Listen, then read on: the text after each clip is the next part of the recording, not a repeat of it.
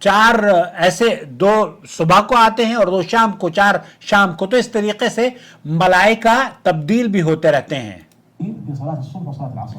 صلاۃ الصبح و صلاۃ العصر، ایک فجر کی نماز کے بعد اور پھر عصر کی نماز میں. فيأتي 4 من الصبح إلى العصر.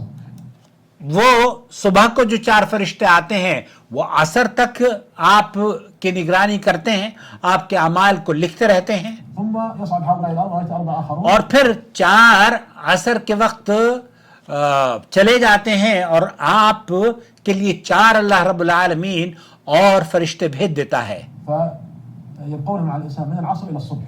اور یہ من العصر الى الصبح تک یہ رہتے ہیں. تو یہ جو قوم ہے، یہ فرشتے، ان فرشتوں کو اللہ رب العالمین نے آپ کے ساتھ بھیجا ہے.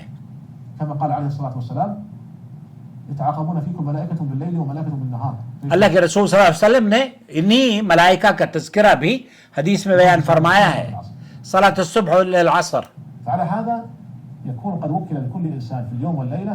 اس لیے آپ کے لیے اور ہمارے لیے اللہ تعالیٰ نے 4 فرشتوں کو مقرر کیا ہے. الملائكة 8 2 تو 4 اور 4 8 ایسے فرشتے ہیں جو 24 گھنٹے میں آپ کے ساتھ رہتے ہیں. كاتبان و2 حافظان. اثنین وہ جو کہ حفاظت کرتے ہیں، اور 2 وہ جو کہ حافظہ آپ کی حفاظت کے لیے مأمور ہیں، اور 2 وہ جو آپ کی نیکیاں اور بدیوں کو اکٹھا کرتے ہیں. اللہ انہیں ہدایت دے دے. یہ فری میں آپ کو، میں طلاق کی کاؤنسلنگ سیشن بک کر لیجئے، میں آپ کو وقت دوں گا، لیکن آپ بار بار فون کریں گے تو میں آپ کا فون نہیں اٹھاؤں گا. زیادہ تر یہ ہوگا کہ میں بلاک کر دوں گا آپ کو. تو مجھے بھی تنگ نہ کریں اور اپنا بھی حل آپ تلاش کر سکتے ہیں. لیکن وہ بہت ایک معمولی سی رقم آپ کے. ابھی ایک صاحب نے مجھ سے رابطہ کیا، بار بار صبح سے تنگ کر رہے ہیں. اچھا، کسی رشتے کی کوئی قدر نہیں ہے. موچی والے کو آپ جو جوتا آپ کا جوڑ کے دیتا ہے نا، جھاڑو جو لگاتی ہے، روٹی جو پکاتی ہے، اس کو آپ پیسے دے دیتے ہیں، لیکن مولوی کو پیسے دیتے ہوئے غربت آڑے آ جائے گی اور میں نے بس یتیم ہوں اور میں کرائے کے مکان میں رہتا ہوں، نہ جانے کون کون سے ایکسکیوزز یہ لوگ ہمیں دیتے رہتے ہیں. کیوں؟ کیونکہ مولوی کو پیسے دینا تو عیب سمجھتے ہیں. اللہ انہیں ہدایت دے. چلیے اپنے اس سوال، اہم سوال کی جانب. ويتعاقبون في صلاة الصبح وصلاة العصر.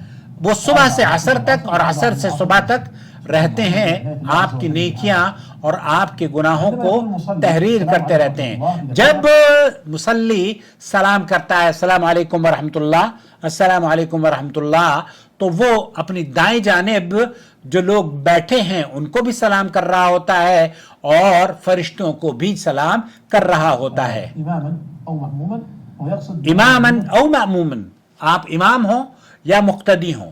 اور جب آپ الٹی طرف کرتے ہیں، ويقصد كذلك السلام على الملائكة. والسلام علی الملائکہ، وہ ان تمام ملائکہ کو جو کہ 4 آپ کے ساتھ رہتے ہیں ان پر آپ سلام بھیج رہے ہوتے ہیں. أما إذا كان منفردا.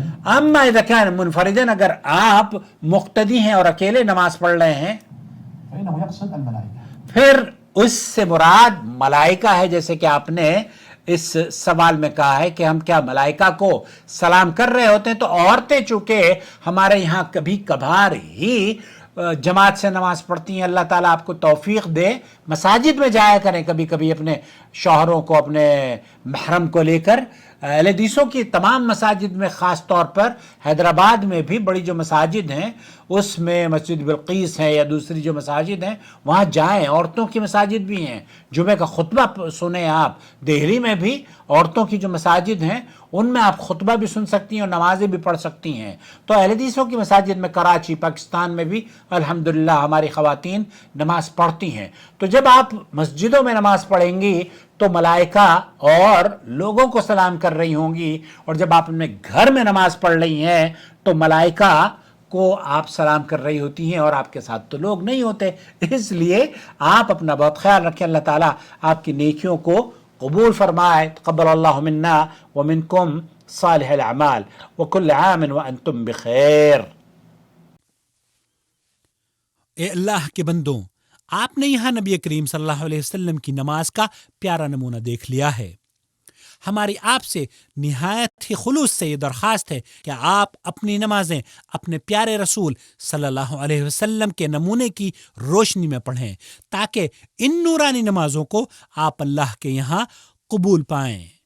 اور اگر نمونے کے مطابق آپ کو نماز پڑھتے ہوئے دیکھ کر کوئی نکتہ چینی کرے یا احادیث رسول کے مقابل بزرگوں اور ائمہ کے اقوال پیش کرے تو آپ اس کی نادانی سے اجتناب کرتے ہوئے عمل بالحدیث پر کاربند رہیں، کیونکہ جس طرح نبی کریم صلی اللہ علیہ وسلم کی ذات روئے زمین کے تمام بزرگوں اور اماموں سے اعلیٰ و ارفع ہے، اسی طرح آپ کی تعلیم اور طریقہ بھی روئے زمین پر تمام طریقوں سے اعلیٰ و ارفع ہے۔